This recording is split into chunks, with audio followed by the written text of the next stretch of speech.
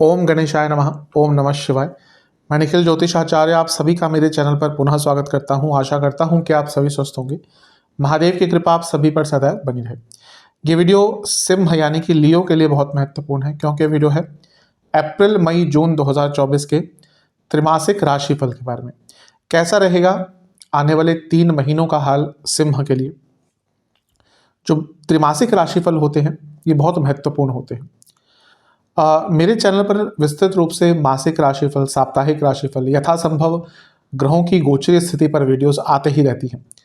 लेकिन त्रिमासिक राशिफल बहुत विशेष होते हैं, क्योंकि जो लोग ज्योतिष की इस विद्या से थोड़ी गाइडेंस प्राप्त करना चाहते हैं, ज्योतिष का फायदा उठाना चाहते हैं कि हाँ, आने वाले 90 दिनों को कैसे अपने जीवन में लाभकारी बनाए या मुश्किल चीज़ों से बचे, उनके लिए ये त्रिमासिक राशिफल बहुत महत्वपूर्ण होते हैं।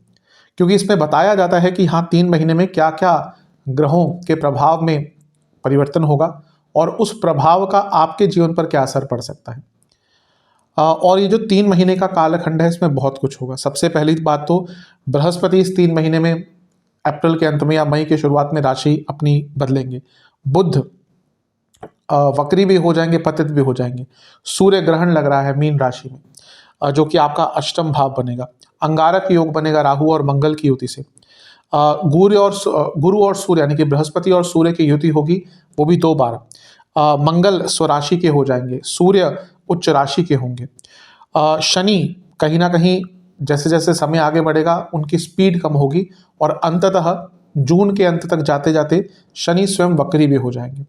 तो बहुत कुछ हो रहा है इस कालखंड में, और इन सब चीज़ों का क्या सकारात्मक एवं नकारात्मक रूप से प्रभाव आपके जीवन पर पड़ सकता है, यही विवेचना करने का प्रयास मेरे से होगा। यदि आपको अपनी लग्न राशि पता है, वहाँ से देखेंगे तो ज़्यादा सटीकता बैठेगी। जिनको नहीं पता वो अपनी चंद्र राशि से भी अवश्य दे सकते हैं। यानी कि अगर आपकी लग्न राशि या चंद्र राशि से है, दोनों ही गाइडेंस के लिए राशिफल को अवश्य देख सकते हैं। ज़्यादा सटीकता लग्न राशि से आएगी। कुछ बहुत विशेष उपाय वीडियो के अंत में बताऊंगा, जिसके करने से इस 3 महीने में जो नकारात्मकता है उसकी कमी होगी, सकारात्मकता की वृद्धि होगी। तो शुरुआत करते हैं इस त्रिमासिक राशिफल का अप्रैल के महीने की। शुरुआत करेंगे अप्रैल के महीने के साथ। अप्रैल का महीना बहुत बड़े बड़े बदलाव लेके आएगा, क्योंकि इस महीने में कई राशि परिवर्तन तो होंगे ही, लेकिन कुछ बड़े प्रभाव भी दिखेंगे। जहां गुरु अपना राशि परिवर्तन करने के लिए तत्पर रहेंगे, वहीं बुध वक्री होकर पतित भी हो जाएंगे और सूर्य ग्रहण भी लग रहा है। तो बहुत कुछ घटित होगा इस महीने और इन सब की चर्चा करते हैं। सबसे पहले तो यहाँ पे 31 मार्च को ही शुक्र आपके अष्टम भाव में आकर विराजमान हो जाएंगे। क्योंकि ये मार्च के अंतिम दिन हुआ था, तो इसका प्रभाव अप्रैल के महीने से ज़्यादा आएगा। तो अष्टम भाव में शुक्र आए और शुक्र यहाँ पे उच्च के हो गए। अब शुक्र आपके लिए 10वें घर के स्वामी हैं और 30वें घर के स्वामी हैं। 10वें घर के स्वामी का 8वें घर में आना ये 2-3 चीज़ों के लिए अच्छा है, क्योंकि यहाँ पे सूर्य भी है स्वयं। तो जिनकी जॉब गई हुई थी, जॉब नहीं लग रही थी, उनके लिए अच्छा कोई अपॉर्चुनिटी आ सकता है। जो लोग जॉब चेंज करने के इच्छुक थे, उनके लिए भी कहीं ना कहीं अच्छा योग बन रहा है। लेकिन जिनकी जॉब ठीक ठाक चल रही थी, जो जॉब चेंज भी नहीं करना चाह रहे थे, उनके लिए यहाँ पे थोड़ी कष्टकारी चीज़ें हो सकती है। क्योंकि दशमेश यानी कि 10वें घर के स्वामी भले ही उच्च के हो गए, लेकिन अष्टम भाव में, और यहाँ पे सूर्य के साथ भी है। सूर्य क्या है? आपके लग्न के स्वामी यानी कि स्वयं आप। तो यहाँ पर जो लोग जॉब करते हैं, स्पेशली सरकारी जॉब करते हैं, उनके लिए भी प्रॉब्लम थोड़ी हो सकती है। और जो लोग वैसे भी जॉब करते हैं, उनको एक अनिश्चितता से गुजरना पड़ सकता है। एक अनस्टेबिलिटी दिख रही है कार्य क्षेत्र में। आपसे गलतियां भी हो सकती हैं और एटमॉस्फेयर भी आसपास का थोड़ा अजीब सा रहेगा। तो उसके हिसाब से आपको अपने आप को ढालना पड़ेगा। और ये मैं इसलिए कह रहा हूँ कि ये चीज़ बढ़ती जाएगी। क्यों? क्योंकि ये 8वें भाव में बहुत कुछ होने वाला है इस महीने। जैसे जैसे समय आगे बढ़ेगा उसकी चर्चा करेंगे। लेकिन शुक्र का अष्टम भाव में आना एक चीज़ अच्छा देता है, क्योंकि शुक्र अपने आप में लक्ष्मी है और अष्टम भाव पनफरा स्थान है। तो अचानक से पैसा आता है, आपका कोई हिडन सोर्स ऑफ इनकम है, वहाँ से पैसा आ सकता है। तो ये चीज़ें अच्छी है। लेकिन शुक्र का अष्टम में होना कहीं ना कहीं मैरिड लाइफ पर एक बुरा प्रभाव डाल सकता है, क्योंकि व्यक्ति का ध्यान भटकता है। यहाँ पे शुक्र राहु के साथ भी हैं, जो व्यक्ति को मॉरली अनकरेक्ट करते हैं। यानी कि एक संबंध में रहते हुए भी जब व्यक्ति का ध्यान भले ही मेंटल लेवल पर हो या फिजिकल लेवल पे हो, या अटैचमेंट या संबंध किसी से होते हैं, तो वो एक अनमॉरल चीज़ होती है और मॉरली अनकरेक्ट चीज़ होती है। तो यहाँ पर अष्टम भाव में ये सब कुछ है। तो कहीं ना कहीं मैरिड लाइफ में कई ऐसी चीज़ें हो सकती हैं जो एक अच्छे कपल्स के बीच में नहीं होनी चाहिए, यानी कि थर्ड पार्टी सिचुएशन, ध्यान भटकना, ये सब कहीं ना कहीं मैरिड लाइफ का हिस्सा यहाँ पर बन सकता है। लेकिन अचानक से धन प्राप्ति के योग यहाँ पर शुक्र के होने के कारण अवश्य बन रहे हैं। बृहस्पति का प्रभाव कहीं ना कहीं 10वें भाव का भी थोड़ा बहुत दिखना शुरू हो जाएगा, क्योंकि बृहस्पति या कोई भी बड़ा ग्रह जब राशि परिवर्तन करने वाला होता है तो अगले भाव का भी रिजल्ट थोड़ा पहले देता है, यानी कि करियर में कुछ ना कुछ चीज़ें आगे बढ़ना शुरू होंगी। बृहस्पति आपके लिए खुद 8वें घर के स्वामी है और आपके लिए 10वें से 8वें यानी कि लग्न से पंचम के स्वामी है और लग्न से अष्टम के स्वामी भी है। ये भी कहीं ना कहीं दिखा रहा है कि जॉब चेंज की आपके या तो योग मई में बनेंगे या फिर इस महीने भी उसकी पटभूमिका तय होगी। तो जैसा मैंने कहा, जॉब चेंज करने के लिए महीना अच्छा है, लेकिन जिनकी जॉब ठीक ठाक चल रही थी, जो चेंज नहीं करना चाह रहे थे, उनके लिए थोड़ी सी अनस्टेबिलिटी यहाँ पर आ सकती है। मैंने कहा था कि अष्टम भाव में बहुत कुछ हो रहा है। देखिए अभी क्या है कि गुरु के साथ बुध की युति है, जो वैसे तो ठीक ठाक होती है, बहुत अच्छी नहीं कहूँगा क्योंकि दोनों का आपस में संबंध बहुत अच्छा नहीं बनता। लेकिन बुध ये जो है ये वक्री हो जाएंगे। ये बुध 2 तारीख को ही वक्री हो जाएंगे, यानी कि उल्टा चलना शुरू कर देंगे। तो नवम भाव में वक्री हो रहे हैं और आपके 11वें भाव यानी कि लाभेश हैं और आपके धन स्थान के स्वामी हैं। तो यहाँ पर थोड़ा सा करियर में, बिजनेस में, पैसे में थोड़ा सा अप्स एंड डाउन्स आ सकते हैं, लेकिन ये फिर भी उतना बुरा टाइम नहीं रहेगा जो उसके बाद होगा। इसके बाद ये होगा कि बुध पीछे जाते जाते जाते जाते इस राशि में यानी कि आपके अष्टम भाव में, मीन में गिर जाएंगे। इसको कहते हैं ग्रह का पतित होना। तो बुध 9 अप्रैल को पीछे जाते जाते अष्टम भाव में गिर जाएंगे और ये कहीं ना कहीं ज़्यादा एक कष्टकारी समय आपके लिए रह सकता है, क्योंकि अष्टम भाव में ग्रह का पतित होना जीवन में अचानक से बहुत बड़ी अनिश्चितता लेकर आ सकता है। ये करियर के हिसाब से भी कह सकते हैं, पैसों के हिसाब से भी कह सकते हैं, पर्सनल लाइफ हो, इमोशनल लाइफ हो, हेल्थ हो, क्योंकि अष्टम भाव में देखिए कितना कुछ हो रहा है। अष्टम भाव में यहाँ पे 4 ग्रह हैं, यानी कि 9 ग्रहों में से 4 ग्रह अष्टम भाव में है और अष्टम भाव अनिश्चितता देता है। और यहाँ पर एक पतित ग्रह का आना यानी कि अचानक से मंथ के इनिशियल भाव में उथल पुथल मचेगी। एक अच्छी चीज़ ये होती है कि पतित ग्रह कुछ ना कुछ ठीक कराने आता है। देखिए ग्रह आगे की तरफ चलते हैं राहु केतु को छोड़कर, कभी कभी जो पतित होकर पीछे वापस राशि में आते हैं तो कोई कार्य जो उनसे रह गया था वो पूर्ण कराने के लिए आते हैं। तो यहाँ पे अच्छा क्या हो सकता है, कोई आपका एंसेस्ट्रल प्रॉपर्टी का इशू चल रहा था, कुछ पैसा अटका हुआ था, कोई इवन हेल्थ इशू जो डायग्नोज नहीं हो रहा था, उन सब चीज़ों के लिए यहाँ पे कुछ अच्छा प्रभाव दे सकते हैं। लेकिन अन्यथा यहाँ पर थोड़ा उथल पुथल मचाएंगे और इसका प्रभाव और फील होगा। क्यों? क्योंकि 9 तारीख को तो बुध यहाँ पे आ गए, लेकिन उससे एक दिन पहले सूर्य पर ग्रहण भी लग जाएगा। जो सूर्य ग्रहण होगा वो 8 तारीख को आपके अष्टम भाव में है। तो तभी मैंने कहा कि अष्टम भाव में इतना कुछ हो रहा है। और अष्टम भाव हमेशा मैं कहता हूँ कि बुरा नहीं होता, ऐसा नहीं होता कि सब सिर्फ बुरा ही है वो भाव, लेकिन अनिश्चितता सबसे ज़्यादा अष्टम भाव ही देता है। तो जब यहाँ पे इतने सारे ग्रहों का प्रभाव है और प्रकाश यानी कि सूर्य स्वयं यहाँ पे अष्टम में चले गए और ग्रहण युक्त हो गए, यानी कि जीवन में प्रकाश की कमी हो जाएगी, गाइडेंस की कमी हो जाएगी, क्लैरिटी की कमी हो जाएगी। तो इसलिए एक यही सजेशन है कि अप्रैल के शुरुआती भाग में 15 तारीख तक कोई बड़ा निर्णय ना लें, कोई रिस्क ना लें, जितना जीवन को सरल रख सकते हैं उतना रखें। बिजनेस में कोई बड़ा रिस्क नहीं लेना, करियर में अपने संबंधों पर, अपने व्यवहार पर, अपने काम पर, इन सब चीज़ों पर आपको बहुत ध्यान देना है। और ये मारक स्थान भी होता है, आयु स्थान भी होता है, ये मारक भाव है। वैसे तो कुंडली में 2 और 7 ये भाव मारक स्थान होते हैं, इसको आयु स्थान कहा जाता है। लेकिन यहाँ पर अगर कुछ बुरा होता है तो आयु पे प्रभाव पड़ता है, यानी कि सेहत पर प्रभाव पड़ सकता है। यहाँ पर सूर्य और राहु की युति है, ये कहीं ना कहीं घर के बड़े सदस्यों के लिए, वरिष्ठ सदस्यों के लिए अच्छी नहीं होती। तो अगर आपके घर में कोई वरिष्ठ सदस्य है, कोई उम्र दराज व्यक्ति है, तो उनका बहुत ध्यान दीजिएगा, क्योंकि यहाँ पे प्रॉब्लम उनकी सेहत पर भी आ सकती है। कहीं ना कहीं बहुत इम्पल्सिव रहेंगे, गुस्से वाले होते हैं, क्योंकि अग्नि तत्व है सिंह का। और ये जो इम्पल्सिवनेस है, ये गुस्सा मिलकर दोनों चीज़ें आपके जीवन को एक गलत डायरेक्शन में लेके जा सकती है। तो जैसे मैंने कहा अप्रैल का शुरुआती भाग 15 तारीख तक, 15-16 तारीख तक बहुत केयरफुल आपको रहना है, क्योंकि अनिश्चितता जीवन में बढ़ती ही जाएगी। इसके बाद अच्छा एक और चीज़ आपको थोड़ा सा ध्यान रखना पड़ेगा कि मंगल और शनि का प्रभाव भी है लग्न पर, और इन दोनों की युति विस्फोटक होती है और गुस्सा दिलाती है। तो यहाँ पे गुस्से पर आपको बहुत ज़्यादा ध्यान देना है। आपके केतु दूसरे भाव में बने रहेंगे आने वाले लंबे अरसे तक। तो अपनी वाणी पर नियंत्रण रखिएगा, क्योंकि यहाँ पर ऑलरेडी ये सब अनिश्चितता का भाव है। केतु दूसरे घर में कभी कभी पर्सनल लाइफ में वाणी में अनक्लैरिटी देते हैं, यानी कि आप बोलेंगे कुछ और लोग कुछ और उसको समझेंगे, और उसके कारण भी जीवन में कन्फ्यूजन की वृद्धि होगी। तो इस चीज़ पर भी जितना आप काम कर सकते हैं, ध्यान रख सकते हैं, उतना आपके लिए अच्छा रहेगा। जैसा मैंने कहा कि अष्टम भाव में ये सब कुछ हो रहा है, तो जीवन में एक स्टेबिलिटी की कमी आएगी। और जब ऐसी चीज़ें होती हैं, जब समय परिस्थितियां हमारे विरुद्ध होती हैं, तो कभी कभी हमें जीवन को सरल कर लेना चाहिए। उन परिस्थितियों से हम कभी कभी लड़ नहीं सकते, समय इतना बलवान होता है। आप सबने अपने जीवन में अनुभव किया होगा, जब बुरा समय आता है तो कुछ भी कर लीजिए, जब तक वो समय पास नहीं होना होता, जब तक वो आप उस प्रॉब्लम से नहीं गुजरना होता आपको या नहीं गुजरते, तब तक वो परिस्थिति रहेगी। जो थोड़े से जिन्होंने अब जो यंग बच्चे हैं थोड़ा सा इस चीज़ को नहीं समझते, लेकिन जो व्यक्ति थोड़ा सा जीवन जी चुका है, 35-40 की उम्र पार कर चुका है, तो जीवन में कहीं ना कहीं अप्स एंड डाउन आते ही हैं। तो जब समय थोड़ा विरुद्ध होता है, तो अपने जीवन को सरल कर लेना चाहिए, ना कि अपने ज़्यादा हाथ पांव मारने चाहिए, क्योंकि वो समय एक दलदल की तरह होता है। जितना आप उस समय में अपने हाथ पांव ज़्यादा मारेंगे, उतना उस चीज़ में धंसते चले जाएंगे।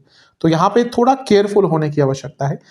किसी के लिए ये चीज़ बहुत अच्छी भी हो सकती है, जैसे किसी का माइनिंग का काम है, कोई रिसर्च बेस्ड कार्य करते हैं, दवाइयों का आपका कार्य है, तो इन सब लोगों के लिए, और भी कुछ फील्ड्स हैं उनके लिए समय, रिसर्च बेस्ड स्टूडेंट्स हैं तो उनके लिए समय कहीं ना कहीं अच्छा भी हो सकता है, कुछ बहुत महत्वपूर्ण हो सकता है। लेकिन बाकी एक सामान्य व्यक्ति के लिए थोड़ा अनिश्चितता यहाँ पर दिख रही है।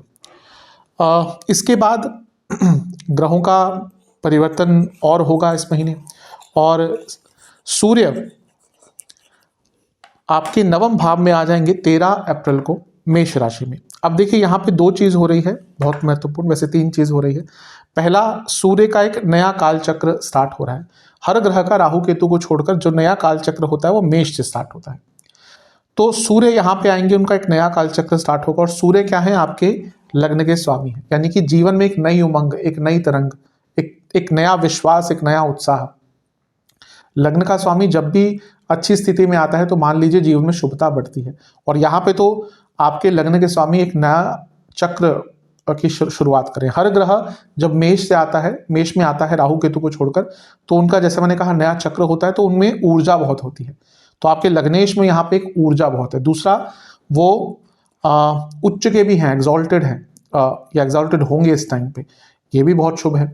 एक ग्रह की अलग अलग परिस्थितियां होती हैं कुंडली में, तो जब वो उच्च का होता है यानी कि सबसे कंफर्टेबल पोजीशन पे, और जब ग्रह सबसे कंफर्टेबल पोजीशन में है तो आपके लिए अच्छा रिजल्ट देगा। और ये ग्रह कोई और नहीं, आपके लग्नेश है।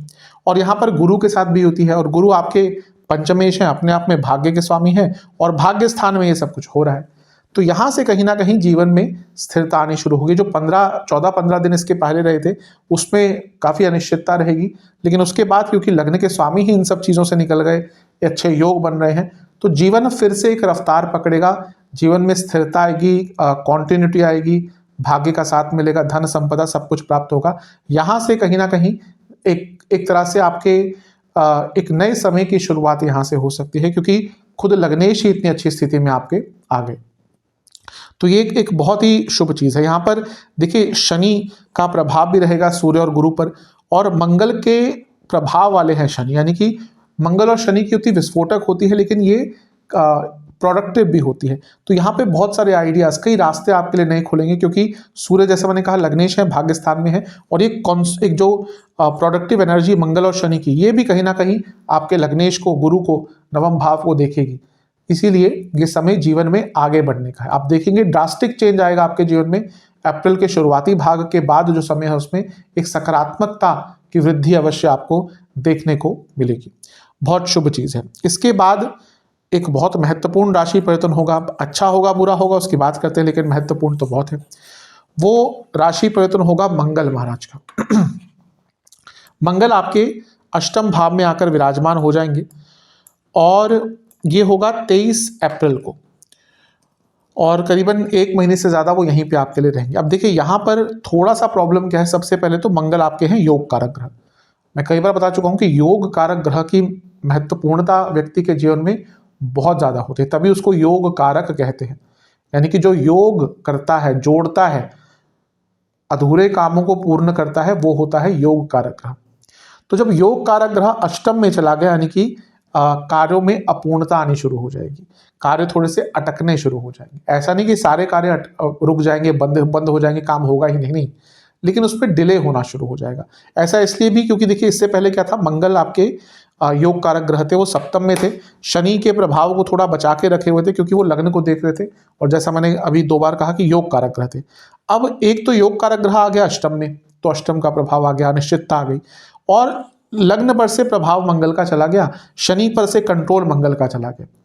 इसीलिए यहां से काम थोड़े डिले होना शुरू हो जाए। आप देखेंगे कि काम बन रहे हैं, काम आएगा, चीजें आगे बढ़ेंगी, लेकिन उसकी जो गति है वो थोड़ी सी धीरे हो जाएगी। यहाँ पर मंगल और राहु की युति हो रही है, इसको अंगारक दोष कहते हैं। अब वैसे मैंने बताया कि गुस्से वाले होते हैं सिंह वाले जातक, तो यहाँ पर अंगारक योग जब बनता है तो ये भी थोड़ा सा गुस्से की तरफ लेकर जाएगा। दूसरा, पुनः मंगल राहु की युति घर के वृद्ध सदस्यों के लिए अच्छी नहीं होती, स्पेशली ग्रैंड पेरेंट्स के लिए। तो अगर आपके ग्रैंड पेरेंट्स है घर में, उनकी सेहत का बहुत ध्यान दीजिएगा। तीसरा, यहाँ पर मंगल जब शुक्र के साथ है, ये तो एक्सीडेंट के योग भी बनाते हैं, इंजरी के योग भी बनाते हैं, स्पेशली एक्सीडेंट के। शुक्र मंगल वाहन दुर्घटना, तो यहाँ पर बहुत आपको केयरफुल रहना। ये बुध महाराज भी पतित होंगे, बुध क्या है, बुद्धि के कारक। तो यहाँ पर ऑलरेडी अष्टम भाव में इतना प्रभाव है, अंगारक दोष बना हुआ है, बुध वक्री है, पतित भी है, तो यहाँ पर आपका खुद ही कंट्रोल कभी कभी माइंड से हट जाएगा और कुछ ऐसे निर्णय, कुछ ऐसे कृत्य, कुछ ऐसे कार्य कर सकते हैं जो आपको ही प्रॉब्लम में डाल सकते हैं। तो थोड़ा सा इस चीज़ से बच के रहेंगे तो अच्छा है। लेकिन एक चीज़ है कि मंगल क्योंकि आपके लिए चौथे घर के स्वामी है और अष्टम भाव में है, राहु के साथ है, शुक्र के साथ है, वक्री बुध के साथ है, जैसा मैंने शुरू में कहा था वक्री और पतित बुध के साथ है कि पतित ग्रह कभी कभी कोई कार्य पूर्ण कराता है। तो अगर आपका या आपके घर का कोई एंसेस्ट्रल प्रॉपर्टी का इशू चल रहा था, थोड़ा सा हाथ पांव ज़्यादा मारेंगे तो चीज़ें आपके हित में, आपके फेवर में यहाँ पर आ सकती हैं। तो ठीक ठाक प्रभाव है, बहुत बुरा नहीं कहूँगा, लेकिन अष्टम भाव है, अंगारक दोष यहाँ पे लगना कहीं ना कहीं अंगार को बढ़ाएगा। जो ज्वाला है सिंह के अंदर होती है, उसको थोड़ा सा और धधकने पर मजबूर करेगा। तो थोड़ा सा अपने गुस्से पर नियंत्रण करना है। दूसरी चीज़ देखिए, 1 2 3 4 5 ग्रहों का प्रभाव रहेगा आपके दूसरे घर पर। दूसरा घर क्या हुआ, वाणी का स्थान, कुटुंब भाव। बहुत चीजें होती है लेकिन प्रमुखतः वाणी, कुटुंब और धन, संचित धन या धन भी कहते हैं इसको। तो यहाँ पे सर्वप्रथम आपको अपनी वाणी पर बहुत नियंत्रण रखना है, क्योंकि जब इतने सारे ग्रह दूसरे घर को देखते हैं तो व्यक्ति को पता ही नहीं चलता कि वो क्या बोल रहा है, क्या बोलना चाहता है। तो वाणी के कारण इस महीने बहुत प्रॉब्लम आएगी। शुरू में मैंने एक इंडिकेशन दिया था, और क्योंकि इतने सारे ग्रहों का प्रभाव है ये भी बता रहा है।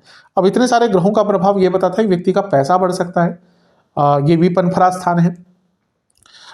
लेकिन यहाँ पे खर्चे भी थोड़े से बढ़ते हैं, क्योंकि छठा जो आपका दूसरा भाव है, केतु ऑलरेडी बैठे हैं जो सेविंग से दूर करते हैं। तो यहाँ पे पैसा अवश्य बहुत आ सकता है, लेकिन खर्चे भी आपके अनियमित रहेंगे। तो इस पर भी थोड़ा सा ध्यान, थोड़ा सा विचार करके चलेंगे तो आपके लिए काफ़ी अच्छा रहेगा। अंगारक दोष कहीं ना कहीं अंगार से शब्द से निकला है, और अंगार मतलब कि ऊर्जा। और एक चीज़ अवश्य सत्य है अष्टम भाव के बारे में कि 12वें स्थान की तरह वो भी एक मोक्ष स्थान है। लेकिन मैं हर बार ये बताने की कोशिश करता हूँ कि मोक्ष क्या चीज़ है वो समझना बहुत मुश्किल है, लेकिन ये जो 8वां स्थान है एक तरह से एक प्रकार का अंत भी होता है। तो यहाँ पर कई प्रॉब्लम्स का अंत करने का ये अंगारक दोष आपको एक अपॉर्चुनिटी प्रदान कर सकता है। थोड़े टफ डिसीजन लेने पड़ेंगे, इसमें कोई दो राय नहीं है, लेकिन ऐसा होता है कभी कभी कि हमें कोई बड़ी सिचुएशन से अगर निकलना है या फिर अपने जीवन में एक बड़ा बदलाव लाना है तो कुछ कड़े और बड़े निर्णय लेने पड़ते हैं। और ये अप्रैल का महीना ऐसा ही होगा जब आपको कुछ बहुत कड़े और बड़े निर्णय लेने पड़ेंगे, और उसके आधार पर आपके जीवन के कई प्रॉब्लम्स का अंत होगा। कुछ लोग भी पीछे छूटेंगे, कुछ परिस्थितियों से निकलेंगे, कुछ परिस्थितियां बदलेंगी, कुछ लोगों का असली चेहरा सामने आएगा। लेकिन यकीन मानिए ये जो अंत होगा ये एक नए आरंभ की शुरुआत होगी। तो यहाँ पर आपको थोड़ा सा, जैसे मैंने कहा, कुछ बड़े निर्णय लेने के लिए तैयार रहना पड़ेगा। एक और चीज़, अब बिजनेस में यहाँ पे पैसा अवश्य आ सकता है, लेकिन जैसे मैंने कहा थोड़ा केयरफुल रहेगा, क्योंकि बुध वक्री हैं और सप्तम से दूसरे में है, यानी कि कोई ऐसी चीज़ें साइन कर देंगे जो आगे चलकर तंग करेंगी। यहाँ पर मैरिड लाइफ पर बहुत बुरा प्रभाव पड़ सकता है। क्योंकि पहला तो शनि ऑलरेडी अष्टम में है, सप्तम में है। मैं बता चुका हूँ कई बार, सिंह और कर्क इनका मैरिड लाइफ अच्छा रहता ही नहीं है अधिकतम लोगों का। और यहाँ पर अष्टम में इतना सब कुछ हो गया जो कि मांगल्य स्थान है। मंगल दोष, सबसे स्ट्रांग मंगल दोष अष्टम भाव का होता है। शुक्र भी है, यानी कि ऑलरेडी ट्रस्ट इश्यूज चल रहे थे तो और ये बढ़ेगा। राहु भी है, डिसकंटेंटमेंट मैरिड लाइफ में, कहीं ना कहीं दूसरे व्यक्तियों की इन्फ्लुएंस ज़्यादा हो जाएगा, दूसरों लोगों का इंटरफेरेंस, तो मैरिड लाइफ पर इसका बहुत बुरा प्रभाव पड़ सकता है।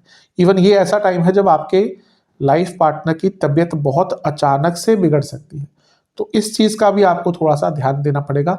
मैरिड लाइफ में अचानक से उथल पुथल मचेगी इस पूरे महीने।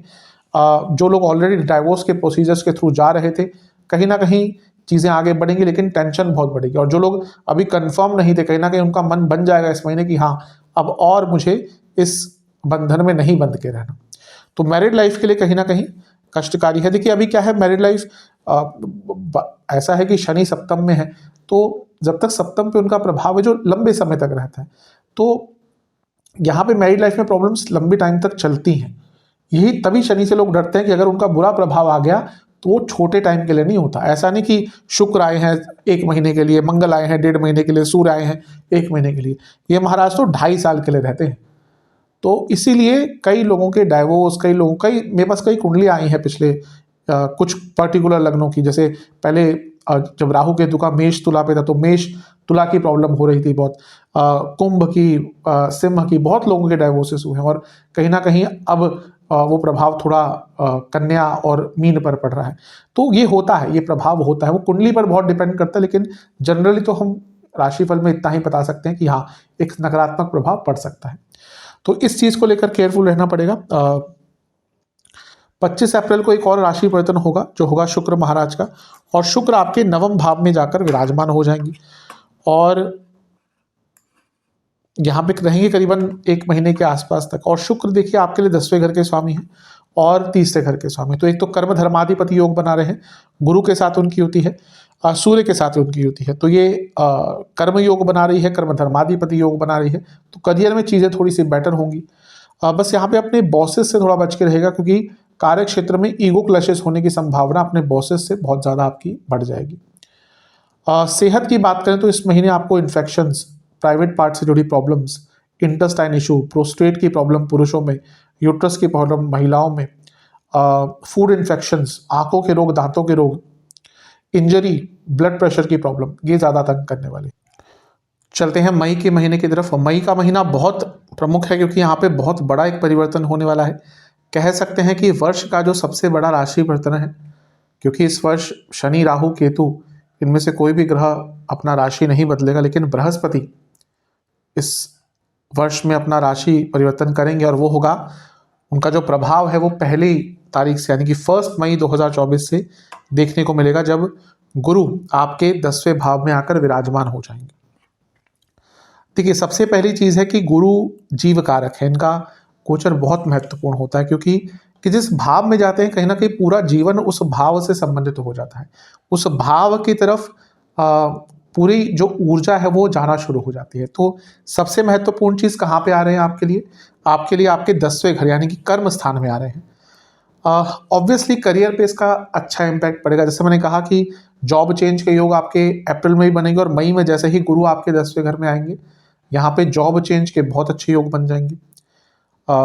इस पे मैं अवश्य, क्योंकि बहुत बड़ा टॉपिक है, बहुत विशेष टॉपिक है, इस पे एक अलग से वीडियो अवश्य बनाऊंगा मैं, लेकिन यहाँ पर चर्चा कर लेते हैं कि गुरु का यहाँ पे आना क्या क्या अच्छा प्रभाव या बुरा प्रभाव दे सकता है।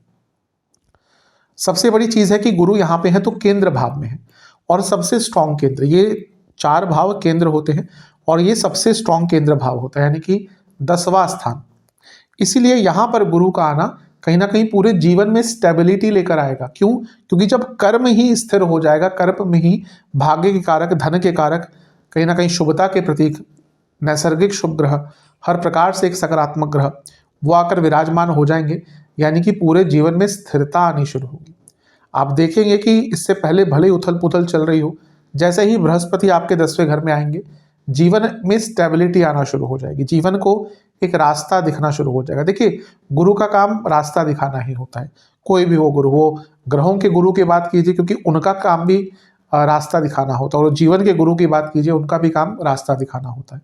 इसलिए ज्योतिषियों के लिए गुरु बहुत महत्वपूर्ण है, क्योंकि कई लोग ज्योतिषी होते हैं लेकिन जिसका गुरु अच्छा नहीं, उस ज्योतिषी की कंसल्टेशन लेना या फिर उस ज्योतिषी की कोई राय भी किसी काम की नहीं आती। जिस ज्योतिषी का गुरु बहुत अच्छा है, वो आपको कुछ भी बोलेगा वो चीज़ आप पर लगेगी।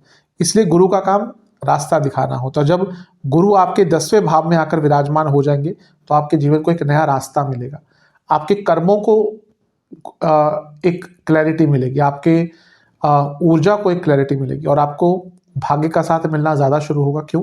क्योंकि कर्म स्थान में भाग्य के कारक आकर बैठ गए, जो आपके पंचमेश भी हैं, और ये दिखा रहा है कि करियर में एक मेजर चेंज यहाँ पे आ सकता है। जॉब चेंज हो, नई जॉब लग रही थी, बहुत लंबे अरसे से घर में बैठे हुए थे। कई बार होता है कि हाँ, अचानक से जॉब, जैसे ले ऑफ्स का टाइम अभी भी चल रहा है, पीछे भी चला था, तो अगर जॉब चली गई थी उस टाइम में, तो ये बहुत अच्छा टाइम है अपने जॉब को प्राप्त करना। तो यहाँ पे शुभता बहुत आएगी कहीं ना कहीं। जैसे मैंने कहा, सबसे स्ट्रॉन्ग केंद्र में और कर्म स्थान में आकर गुरु बैठ जाएंगे, यानी कि पूरे जीवन में कर्म की जो एक ऊर्जा है, कर्म करने की जो ऊर्जा है, उसको भाग्य का साथ मिलेगा, और इन दोनों का कॉम्बिनेशन बहुत अच्छा होता है। एक और चीज़ यह है कि बृहस्पति और गुरु यहाँ पे केंद्र भाव में आ जाएंगे एक दूसरे से। लग्न से भी केंद्र में है और एक दूसरे से भी केंद्र में है।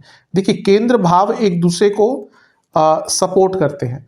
त्रिकोण भाव जैसे 1, 2, 3, इनका तत्व एक होता है, ये तो डायरेक्ट इम्पैक्ट डालते हैं, लेकिन केंद्र भाव कहीं ना कहीं एक सपोर्ट सिस्टम होता है। तो यहाँ पर शनि और गुरु, शनि कर्म, गुरु भाग्य, शनि काल यानी कि समय, गुरु कहीं ना कहीं धन, गुरु कहीं ना कहीं शुभता। तो यहाँ पर आपके केंद्र भावों में इन दोनों स्ट्रॉन्ग ग्रहों का एक दूसरे से केंद्र में आना, यानी कि पूरे जीवन में ये स्टेबिलिटी का टाइम है। देखिए, मानता हूं कि सिंह के लिए थोड़ा सा कष्टकारी, अधिकतम सिंह के जातकों के लिए पिछला 1-1.5 साल कष्टकारी जा रहा होगा। क्यों? क्योंकि ये शनि महाराज जो आपके लिए बहुत अच्छा प्रभाव नहीं देते, कि जनवरी 2023 से आपके लग्न को देख रहे थे। अब बृहस्पति की दृष्टि थी, लेकिन बृहस्पति यहाँ पर कहीं ना कहीं आपके अष्टमेश भी है, तो उनकी दृष्टि भी लग्न पर थोड़ा सा उथल पुथल मचा रही थी, लेकिन अब दोनों केंद्र में आ गए। तो यहाँ पे आप देखेंगे कि सिंह वालों के लिए जीवन में स्थिरता आनी शुरू होगी। कार्य क्षेत्र हो, बिजनेस हो, हर चीज में, पैसा हो, अपना नाम बनाना हो, हर चीज में आपको एक अच्छा लाभ यहाँ पर देखने को प्राप्त होगा। तो यहाँ पर इन दोनों का केंद्र में आना, लग्न से केंद्र में आना, एक दूसरे से केंद्र में आना, बहुत शुभता यहाँ पर आपको प्राप्त होगी। इसके बाद बुध का राशि परिवर्तन होगा, और बुध आपके लिए आपके अष्टम भाव को छोड़ देंगे और आपके नवम भाव में आकर विराजमान हो जाएंगे, और ये होगा 10 मई 2024 को।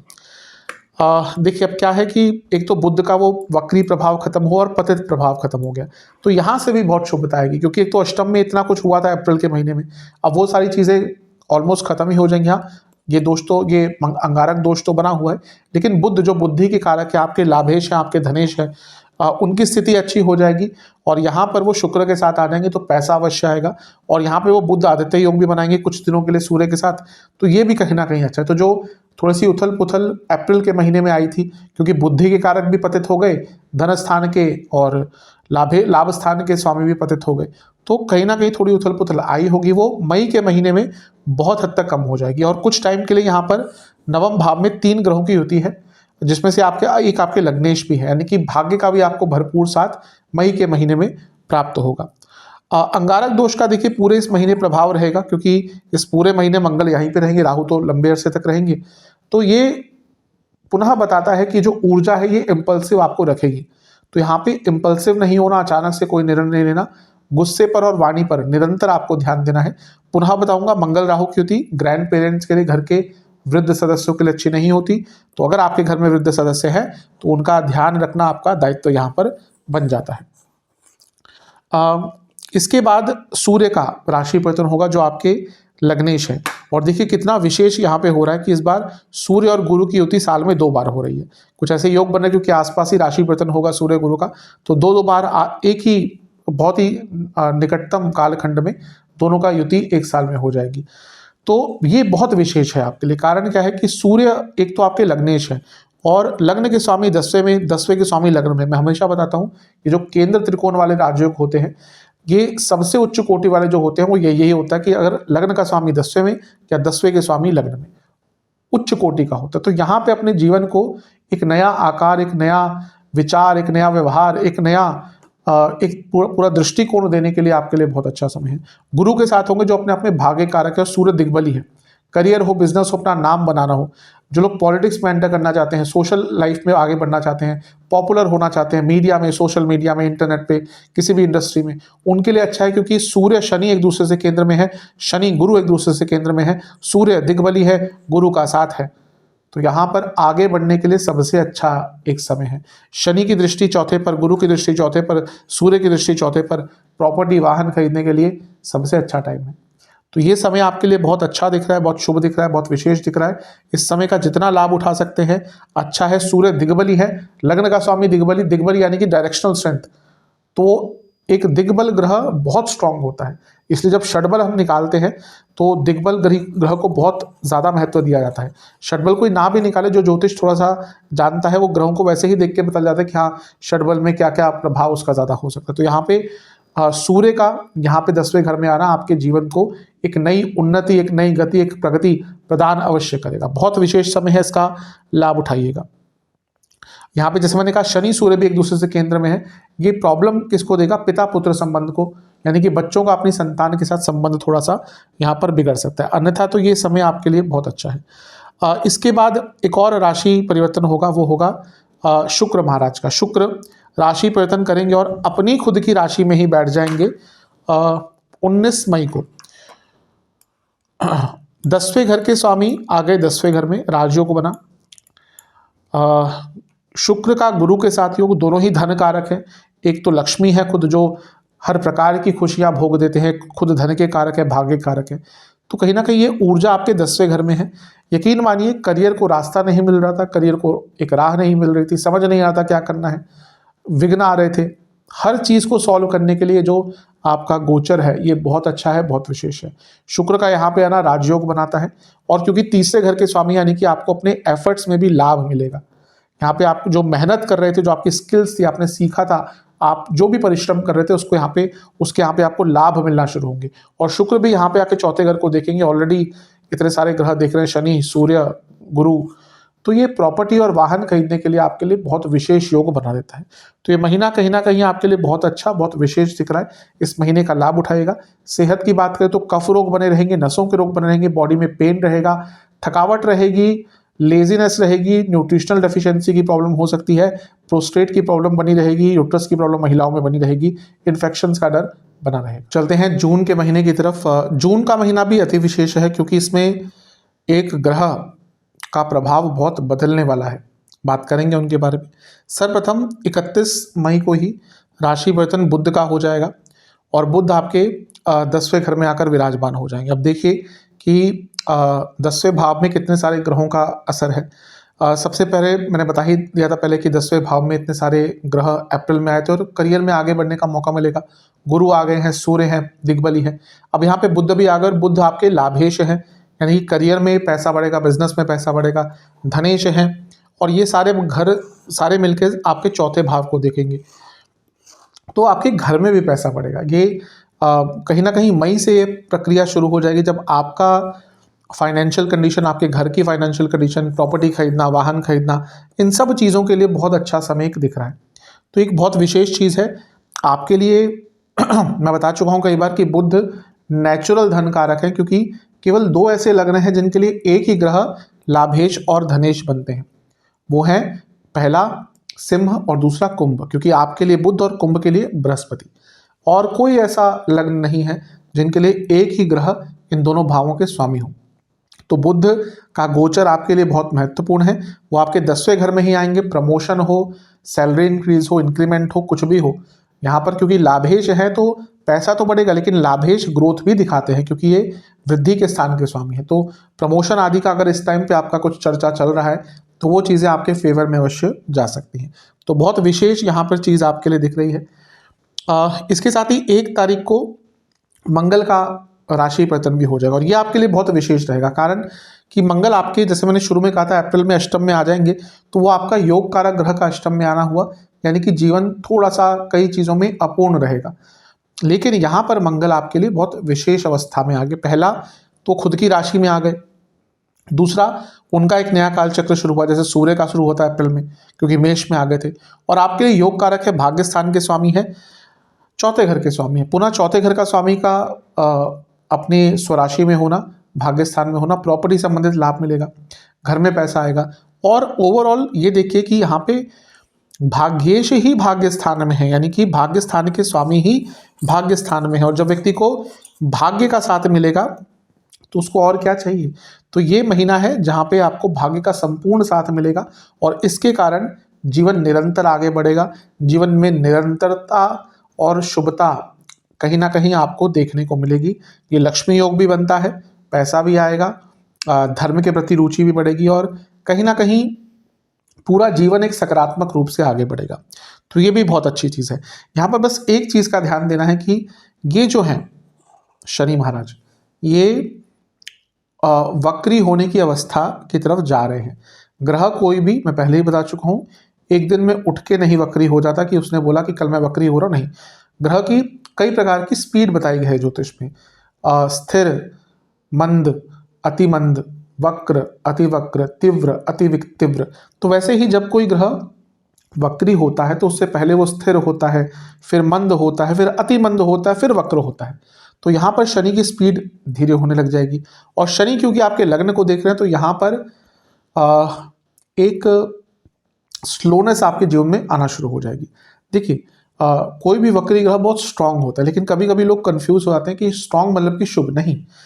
अगर आपका दुश्मन स्ट्रांग हो रहा है तो आपके लिए अच्छा होगा कि बुरा होगा। अब यहाँ पे शनि आपके दुश्मन है, तो जब वो वक्री होंगे तो थोड़ा सा नेगेटिव प्रभाव भी आएगा। खैर उसके लिए तो एक अलग वीडियो आएगी जब वो समय आएगा। लेकिन यहाँ पर क्योंकि वो वक्री होने की अवस्था की तरफ जा रहे हैं, उनकी स्पीड धीरे हो जाएगी और शनि तो काल है, तो ये मान के चलेगा कि जून के महीने में कार्य डिले होंगे। तो इसलिए वो एक बनाकर चलेगा अपना शेड्यूल इस प्रकार का कि हाँ आपको काम पहले ही कर ले हैं। अगर आपने उसमें डिले किया है कि चलो कि कल है तो आज स्टार्ट कर लेंगे, नहीं, अगर ये डिले करना शुरू कर दिया तो आपके काम बहुत अटकेंगे। तो अपने शेड्यूल को, अपने समय को बहुत उसका सदुपयोग करेंगे तो आपके लिए बहुत अच्छा रहेगा। क्योंकि ये शनि मेरे ख्याल से 29 तारीख को वक्री हो रहे हैं, 29 जून को, और उनका प्रभाव जो धीरे होने वाला है वो इस महीने आपको दिखेगा। कई कार्य अटकेंगे और एक लेजीनेस अजीब सी आपके अंदर आ जाएगी। आपको दिख रहा है कि मेरे सामने एक काम है, मुझे करना है, लेकिन आप नहीं करेंगे। तो इस चीज़ से थोड़ा सा बचना है क्योंकि इसका प्रभाव होगा। अब एक और चीज़ है, एक नहीं 3 ग्रहों का राशि परिवर्तन 3 दिन के अंदर ही हो रहा है। 12 जून को शुक्र आपके 11वें घर में आ जाएंगे मिथुन में, 14 जून को बुध आपके 11वें घर में आ जाएंगे मिथुन में, और 15 तारीख को सूर्य आपके 11वें घर में आ जाएंगे मिथुन में। अब 3 ग्रहों का आना कहाँ पे हो रहा है? लाभ स्थान में। पहले कर्म स्थान में थे, यानी कि आपसे अच्छे कर्म करवाए, फिर लाभ स्थान में यानी कि उसका परिणाम या उस परिश्रम का लाभ देने के लिए आ गए। और 11वें घर में मैं बता चुका हूँ कि हर ग्रह भौतिक सुख देने का एक कारक बन जाता है। तो यहाँ पे भौतिक सुखों में बहुत प्राप्ति होगी, जीवन में वृद्धि होगी, कई इच्छाओं की पूर्ति होगी, पैसा आएगा, बिजनेस में आगे बढ़ेंगे। 10वें भाव से दूसरे में ये हो रहा है, यानी कि करियर में वृद्धि होगी, कई इच्छाओं की पूर्ति, कई अटके काम बनेंगे। बस ये ध्यान दीजिएगा कि यहाँ पे शनि से इनका नवपंचम योग बन रहा है, यानी कि वो शनि का प्रभाव क्योंकि त्रिकोण से है, वो धीरे हो रहे हैं, तो काम बहुत बनेगा। बिजनेस करते हैं, बहुत नई अपॉर्चुनिटीज आएंगी, पैसे कमाने के नए ऑप्शन आएंगे, लेकिन हर चीज़ में एक डिले रहेगा। इसलिए मैंने कहा इस महीने, जून के महीने में टाइम मैनेजमेंट आपके लिए सबसे इंपॉर्टेंट चीज़ होगी। अदरवाइज तो ये महीना ठीक है। सेहत की बात करें तो लोअर बॉडी में बहुत दर्द रहेगा, न्यूट्रिशनल डेफिशिएंसीज बनी रहेंगी, नसों के रोग तंग करेंगे, पेट के रोग बहुत तंग करेंगे, दांतों के रोग, आंखों के रोग तंग करेंगे, स्लीप डिसऑर्डर्स इस महीने बहुत रहने वाले हैं। तो उपाय की बात कर लेते हैं। पहला उपाय आपको 3 सोमवार करना है। आपको एक पात्र में जल, शुद्ध दूध, काले तिल, सफ़ेद तिल, जौ और इसके साथ ही चंदन का पाउडर, इन सबको मिलाना है और शिवलिंग का अभिषेक करना है। अभिषेक करते हुए आपको ओम सनातनाय नमः मंत्र का 108 बार जाप करना है और मंदिर में ब्राह्मण देवता को, जो पुरोहित जी है वहाँ पर, उनको कुछ दक्षिणा दे के आनी है। ये उपाय 3 सोमवार करना है। कभी भी कर सकते हैं, कभी भी स्टार्ट कर सकते हैं, बस ये कंटिन्यूटी रहे कि एक बार आपने स्टार्ट किया तो 3 लगातार सोमवार करना है। दूसरा उपाय आपको 3 रविवार करना है, यानी कि संडे। आपको 3 घी के दिए सूर्य देवता को अर्पण करने हैं। यानी कि आपको जब भास्कर जी का यानी कि सूर्य देवता का दर्शन हो तो सुबह सुबह उठ के उनको पहले 3 घी के दिए अर्पण कीजिए और एक पात्र में जल और उसमें थोड़े से गंगा जल की बूंदे डालकर आपको सूर्य देवता को जल अर्पण करना है। जब जल अर्पण कर रहे होंगे तो ओम आदित्याय नमः मंत्र का आपको जाप करना है और इसके साथ ही 3 रविवार ही गौशाला में गुड़ का दान करना है। ये उपाय पूरी श्रद्धा से, निष्ठा से, विश्वास से, समर्पण भाव से करेंगे, अवश्य आपके लिए ये जो आने वाला 3 महीने का कालखंड है ये अच्छा जाएगा। आशा करता हूँ कि वीडियो आपके काम आएगी। चैनल पर नए हैं सब्सक्राइब कीजिए, वीडियो को लाइक कीजिए। मिलता हूँ अगली वीडियो में, तब तक के लिए ओम नमः।